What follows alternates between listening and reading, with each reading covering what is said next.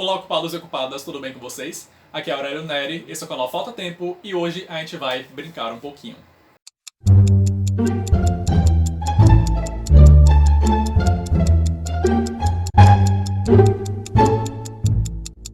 Se nesse início de ano você está vivendo um mundo onde tem internet, então você já tem uma noção de que tem um certo programa que está consumindo as nossas vidas.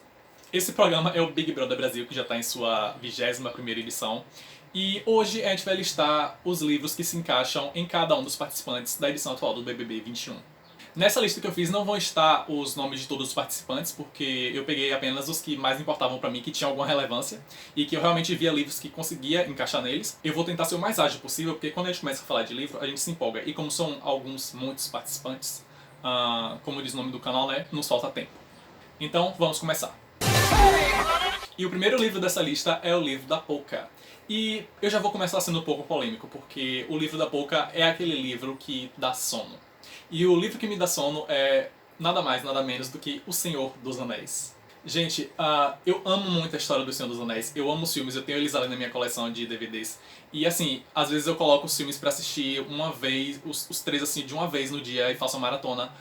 Mas os livros são impossíveis pra mim, porque a narrativa do Tolkien é uma coisa muito estranha. Estranha no sentido de ser extremamente descritiva, de ser assim uma coisa muito às vezes desnecessária. Sabe, pra que ficar descrevendo tanto uma montanha, uma árvore? Você precisa de 4 páginas pra isso, realmente?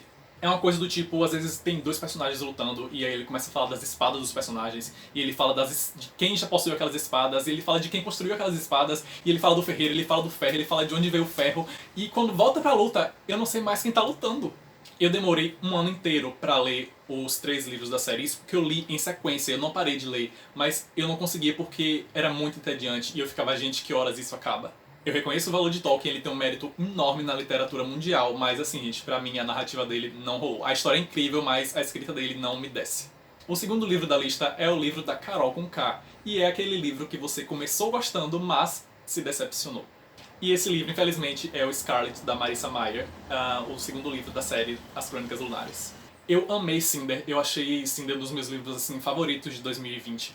Mas quando eu comecei Scarlet, eu estava já acostumado a um tipo de ritmo do Cinder, que o Cinder ele é muito frenético, ele é muito interessante e a todo momento vai te apresentando coisas novas. Só que o Scarlet, ele para no tempo, a história parece que congela e você fica vendo aqueles personagens ali seguindo ao longo dos capítulos, das páginas, mas fazendo absolutamente nada. E o livro tem algumas reviravoltas interessantes e esse, sinceramente, foi o único motivo de eu não ter desgostado do livro mais do que eu desgostei, porque ele arrisca em um momento que eu achei que ele não fosse arriscar, mas ainda assim não compensou no geral e eu acho que foi um livro que me decepcionou pra caramba. O próximo livro é muito delicado, vamos ver se a gente vai ter autorização pra postar isso aqui, porque é o livro da Lumena e é um livro que te ensinou alguma lição. Esse livro pra mim foi Na Hora da Virada, da Andy Thomas. Ele é um livro assim fantástico, que eu amei muito, porque ele é um tipo de livro que mostra pra você que por mais que você queira muito chegar em um objetivo, que você queira muito alcançar um sonho, que se você não alcançar e se você chegar em um determinado ponto que você precise insistir, que ainda você vê que não é a hora daquilo, que ok, tá tudo bem, que você não precisa ficar triste por causa disso e desistindo e se definindo de uma forma ruim por causa de não ter alcançado alguma coisa. E eu tava precisando muito ler esse livro na época que eu li, porque eu tava meio que considerando um pouco muitas coisas da minha vida em relação a essa questão de tipo assim, não alcancei, então sou uma pessoa infeliz. E esse livro abriu meus olhos para essa questão. E nossa, eu tenho muito carinho por esse livro, porque ele foi assim um divisor de águas na minha vida. O livro seguinte é o livro do Projota e é definido como o livro que te enganou. Para essa categoria, eu escolhi um livro do Pedro Bandeira que eu li há muito tempo, mas que eu amo e que ainda assim tá na minha cabeça, porque eu nunca esqueci desse livro, que é o livro Descansa em Paz, Meu Amor. Ele é um livro de terror juvenil que se passa dentro de uma casa, abandonada durante uma chuva, uma tempestade, e onde um grupo de amigos está reunido contando histórias de terror. E assim, o fato de esse livro, que parece ser meio inocente à primeira vista, que parece só um episódio do Clube do Terror pra quem era dessa época, mas esse livro te engana pelo fato de que ele tem um plot twist no final e que quando você observa toda a trajetória do livro e de tudo que aconteceu, você vê que tava tudo ali, todas as pistas, mas você era muito tapado pra perceber. Sabe aquele livro que você fica feliz por ter sido enganado, por ter te feito de trouxa, Pedro Bandeira, porque você fez isso comigo? Eu não posso falar muito desse livro porque é muito spoiler, mas assim, eu li ele na quinta série e, nossa gente, é muito incrível. Eu fiquei sem dormir meio que por uma semana, mas foi um trauma que valeu muito a pena. A gente parte então pro livro da Juliette, que é um livro que você subestimou, mas que acabou te surpreendendo positivamente. Para essa categoria eu peguei o livro Senhora Dalloway, da Virginia Woolf, e assim, esse livro me surpreendeu bastante porque ele foi bem diferente do que eu esperava, e de uma forma muito boa. A Virginia Woolf, ela tem uma escrita muito interessante, que por mais que seja detalhista, ela te faz ter interesse nesses muitos detalhes que ela dá.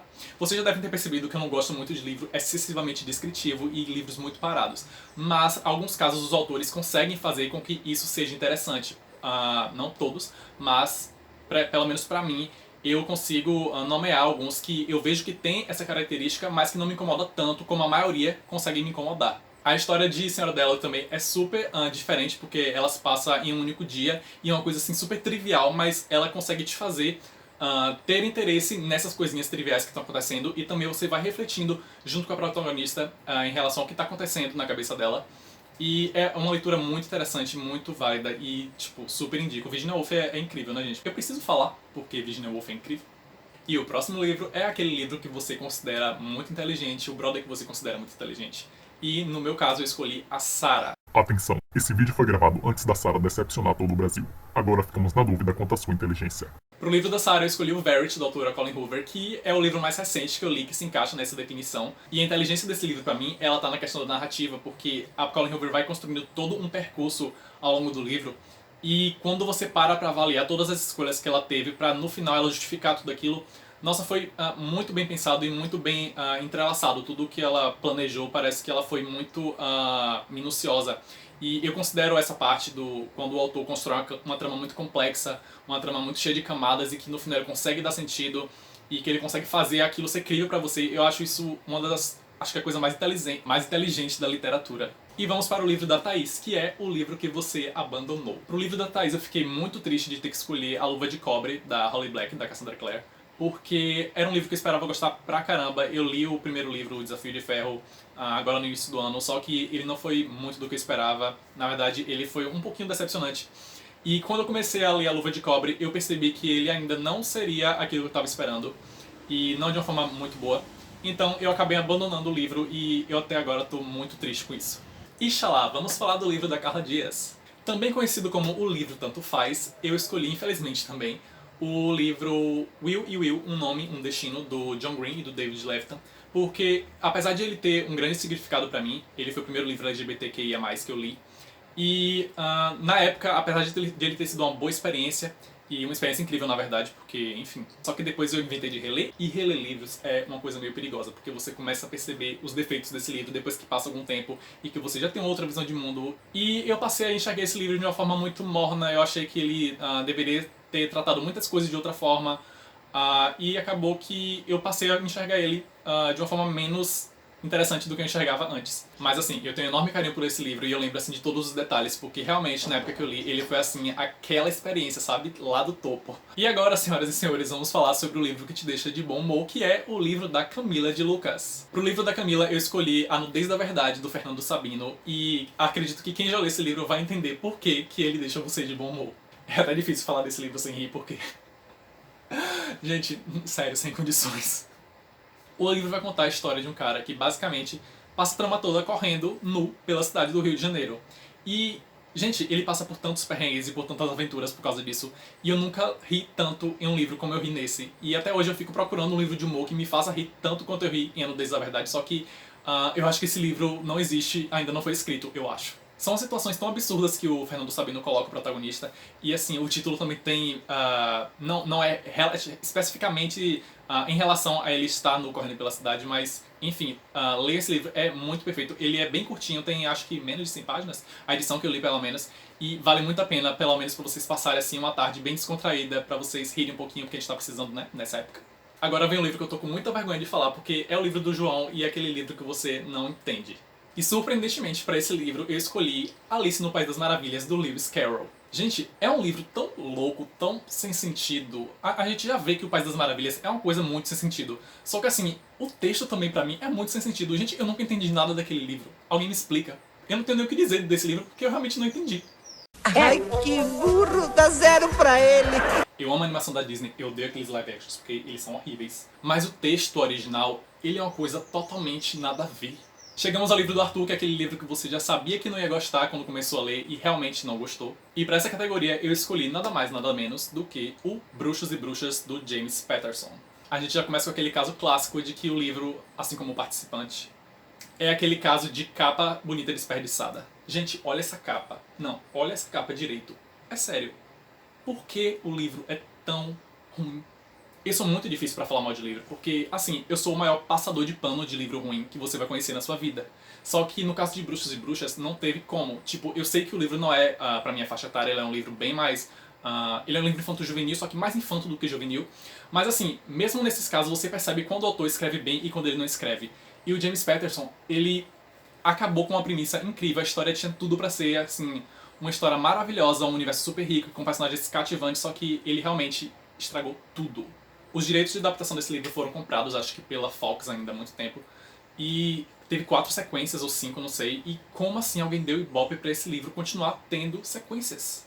O próximo livro da lista é o livro do Gil, que é aquele livro que você já começou sabendo que ia adorar e realmente adorou. Totalmente contrário do livro do Arthur. Vocês estão vendo a imparcialidade desse vídeo? Para essa categoria eu escolhi o História é Tudo Que Me Deixou, do Adam Silveira. E assim, eu já comecei esse livro sabendo que ia, na verdade, não adorar, mas amar. Porque o Adam Silveira, ele tem aquele tipo de escrita que eu amo, que é de te dar vários tapas na cara de realidades. O Adam Silveira fala da vida de uma forma assim super crua, nada maquiada. Ele, mesmo que sejam livros para jovens, ele não deixa assim nada daquela coisa, vamos deixar isso aqui mais feliz porque é um livro para jovens. Não, o Adam Silveira, ele é assim, cruel. Se você não curte muito esses livros que tenha gatilhos e tal e pode te deixar assim bem na bad pra baixo, não leia, porque os livros da Ana Silveira geralmente tendem a ter essa pegada. Mas se você não tem problemas com relação a isso, você gosta desse drama pesado, então pegue pra ler, porque vai ser assim o seu tipo de livro. E por último nós temos o livro do Lucas, que é o livro Injustiçado. Para essa categoria eu escolhi o livro A Arte de Ser Normal, da Lisa Williamson, porque ele é aquele livro que deveria ter sido hypado, mas que não foi. Esse livro é tão perfeito que eu não sei como é que ele não estourou. Eu não ouço muita gente falando sobre esse livro. Eu procurei resenhas na época que eu li esse livro sobre ele, só que eu não achei, ninguém tava lendo e eu fico... Hoje, gente, por que que as pessoas não leram? Porque elas não leem esse livro? Porque ele é incrível. É aquela coisa, você fica dando palco pra livros como Bruxos e Bruxas e esquece que tem A Arte de Ser Normal. Isso é muito grave. E é isso, pessoal. Essa foi a nossa BBB Book Tag. Eu espero que vocês tenham gostado. Não consegui falar de todos os livros com muitos detalhes, ou tanto quanto eu queria, porque senão o vídeo ia ficar enorme. Mas se vocês se interessaram por alguma dessas histórias, não deixem de procurar esses livros. Alguns deles são assim, vão ficar com vocês pra vida, porque são muito incríveis. Se inscreva no canal se você ainda não é inscrito, curta esse vídeo aqui embaixo, compartilhe com os amigos e é isso. Até a próxima. Fui.